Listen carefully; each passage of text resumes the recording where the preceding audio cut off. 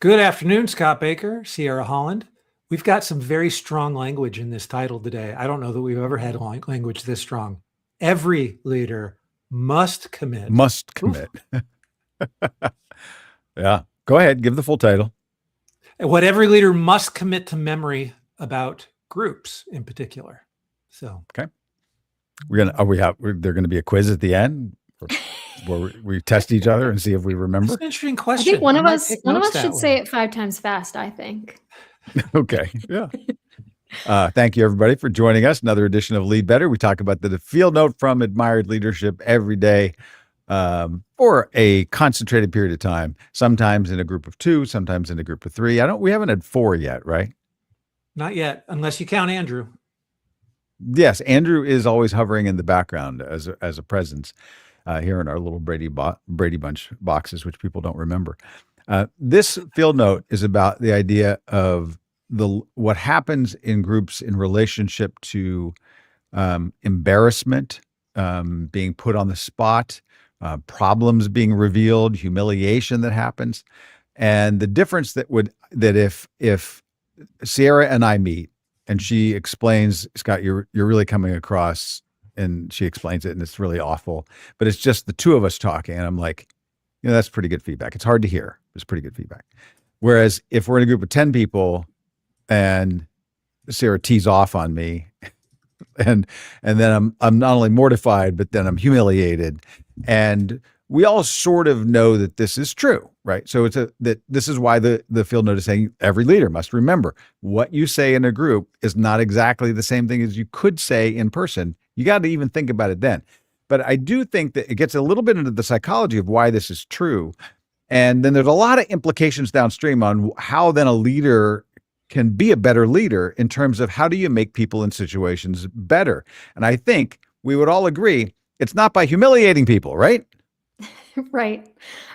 This whole field note and how it talks about humiliation in groups and how it amplifies the feedback that you might be giving. I mean, it always makes me think of when somebody has something stuck in their teeth. Do you tell them when you're in a group, maybe you're at a happy hour or cocktail hour and there's past hors d'oeuvres and you're eating and one of the things inevitably had spinach in it, and you can see that somebody across this semicircle of people that you're just getting to know has spinach in their teeth. Do you point it out right then and there? I think we all have that instinct not to do that because we know it would embarrass them. Because the context of that is that we're all getting to know each other. We all want to maintain our credibility. So how do I actually get that person to know they have spinach in their teeth? Maybe I pull them aside. Maybe if I have their phone number, I can text them that they have something stuck in their teeth. But it sounds like a small and silly example, but it's something I talk about a lot, that the context really matters. And we have to think about not what do I want them to hear, but how will this land in their context? And if you're not asking yourself that question enough, it's one to add to your repertoire. I know I'm going to some mute people. my mic because I might sneeze, but I'm not humiliated by that. So if I do that, that's what's happening. But you can make fun of me and it won't bother me. All right. So Mikey, sorry. Who do you know? What? We asked this question of several times to these groups that we were traveling with back when my wife and I were first married. And we had a person or 2 who told us that they would never want us to tell that they're like, even if we are reserving it and pulling them out, but and it was kind of eye-opening to me that some people just don't want to be told about any of their faults ever. These aren't the people that we're talking about, but there are some people who will be overly embarrassed no matter what. So, and this one particular girl, the way she defended it was like, I want to be able to find it for myself. And I would never blame you for not telling me. As a matter of fact, I'd be thankful that you didn't say anything under any circumstances, which is super weird. I didn't realize that people would think that way, but so you please tell me when it comes up. Please let me know. We'll keep all of each other in the know. I think that's the kind of mentality the 3 of us have. Yes. Do you think it's like, there's only 2 kinds of people in the world? I mean, Sarah, you set up the equation. If you had spinach in your teeth and you just met Mikey, do you want Mikey to tell you? Absolutely.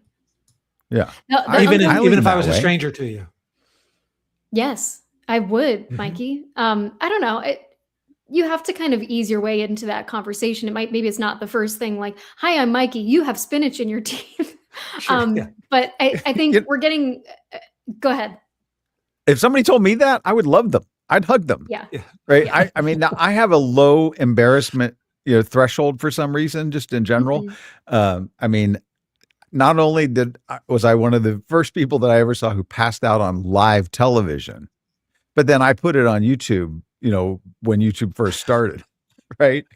So that video is out there.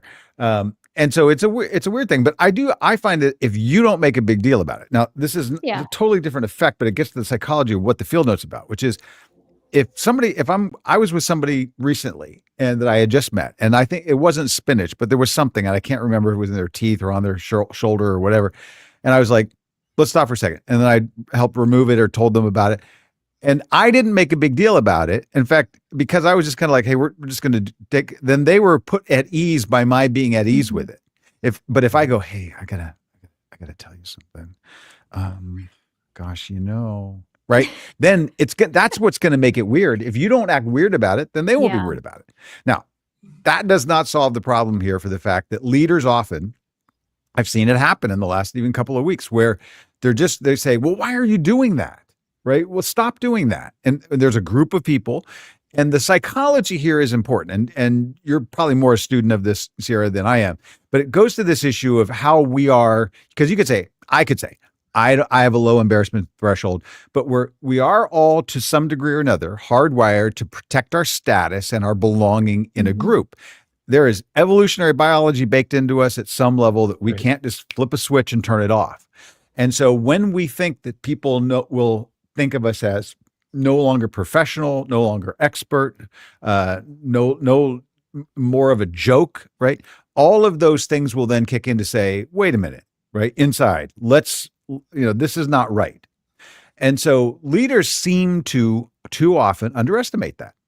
And I've seen it happen even with sophisticated leaders where they'll be like, come on, why were we talking about that? And like, you don't need to talk about it that way. Even the way you would tease somebody one-on-one or 1-on-3, you might not be able to get away with that 1-on-30.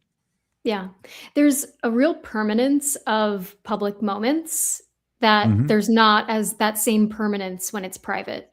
So something that happens in a public sphere, it feels more permanent for the person because they can't control they can't log all of the reactions that happened around them. They can't track how many people may have perceived that moment. They don't know who's on their side, who's against them. When it's a one-on-one conversation, even if it's a difficult one, it fades more so into the background because you've had this conversation, you can process it, you know exactly how that person reacted in that moment.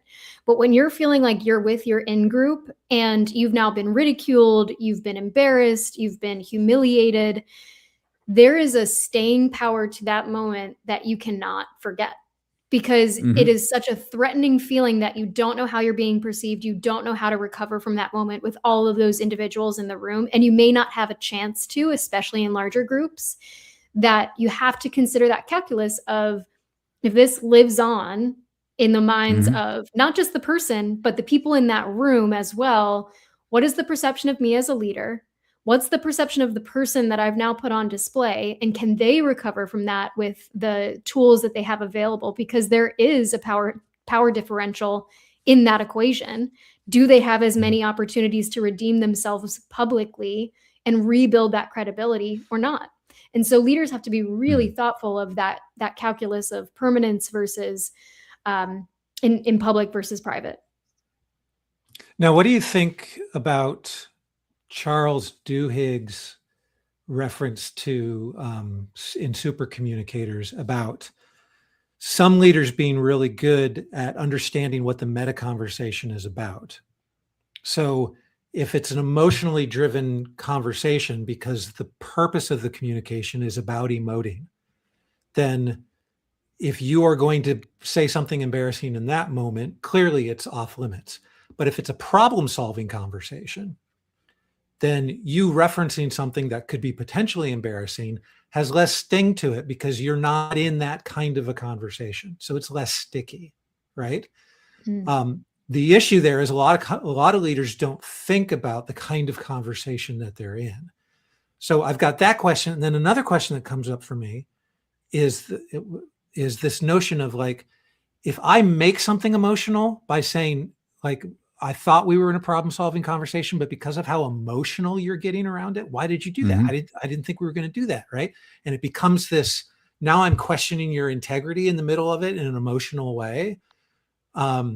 Then all the attention is immediately drawn to like, oh, we didn't even, I thought this was a problem solving conversation. And now it's an emotional conversation. By not being aware of the meta of it and responding to the meta notion of where the conversation, you've just made it double worse for everybody. Let me get a clarification here. I read some Charles Duhigg, and I think I read Super Communicators, which is a terrible thing to say about a book. I did hear him give a talk about it in a live talk about it. Would we call like being aware of the meta conversation in a way, Sierra? And I'm only saying this because I'm in the middle of editing lots of things that have video of Sierra talking about this. Would we call that that the meaning of this is situated in the context of the larger communication? Yeah. Is that an accurate parallel? Yeah, that's what I was in some ways getting to earlier with the silly spinach example, that the meaning of any message is situated in the context. Is the context that right now everybody's really concerned about their jobs because they've heard about layoffs in other parts of the organization. And so they're already a bit on edge, and now you've ridiculed them publicly, and now they're thinking, do I still have job security? It's because the context is different. Are you going to, joke about something that you know privately about that person because of a one-on-one relationship that you have, now bringing it public and exposing some of that person in a way that they thought they could just trust you to know?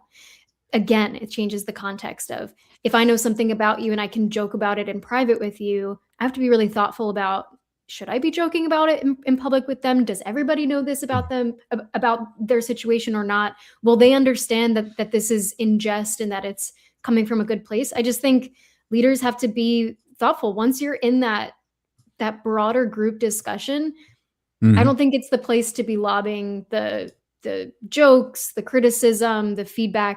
And the thing is, the reason why it happens, because the feedback in public groups happens all the time. So let's think about it. Why does the feedback in a group setting happen? It happens because leaders think it will make things more efficient. They have this false efficiency idea that if I share it in the group, it gets there faster. But they don't realize that now they've taken the relationship into the negatives. They've set that person back. They might reject the feedback entirely because of how it was delivered. So instead of being more efficient and getting to the version or the vision that they want faster, they have now set themselves 2 steps back. It is never going to be more efficient and more in the interest of the team and the effort itself to give feedback publicly. So leaders need to just take that out of their approach and know that in the moment they may need to redirect the conversation if it's going in a place that they don't want, but they need to make it about the concept and not the person that brought it up. Let me challenge you on the idea you have brought up. Let me challenge you on the question or the direction you're starting to take this conversation when we're not ready to go there. Let me challenge that. Let me not challenge you. I appreciate where you're coming from and why you would go there. If we go there now, we're not going to get finished on the agenda of prioritized items we have today. So challenging not the person for bringing it up, recognizing them for bringing it up, for having a nice connecting thought, but then steering back to where that leader needs to be so that you're not humiliating that person and letting them finish their point and then saying, well, why would you bring that up? I can't believe you would bring that up. That makes it about the person, not about the idea, the question, the new direction of the conversation. Yeah. Well, we won't have time to get into it, but the next level of this for leaders, and we have a lot of behaviors in our sort of main client platform around, it's not only the leader not creating the embarrassment and ridicule, but actually when that's happening, the very best leaders have ways that they help rescue and deflect and step past, and they just have a way of bringing it all together in a way that makes everybody feel like they're secure. Now, test, we didn't actually explicitly state it, but it comes down to 3 words: groups magnify humiliation.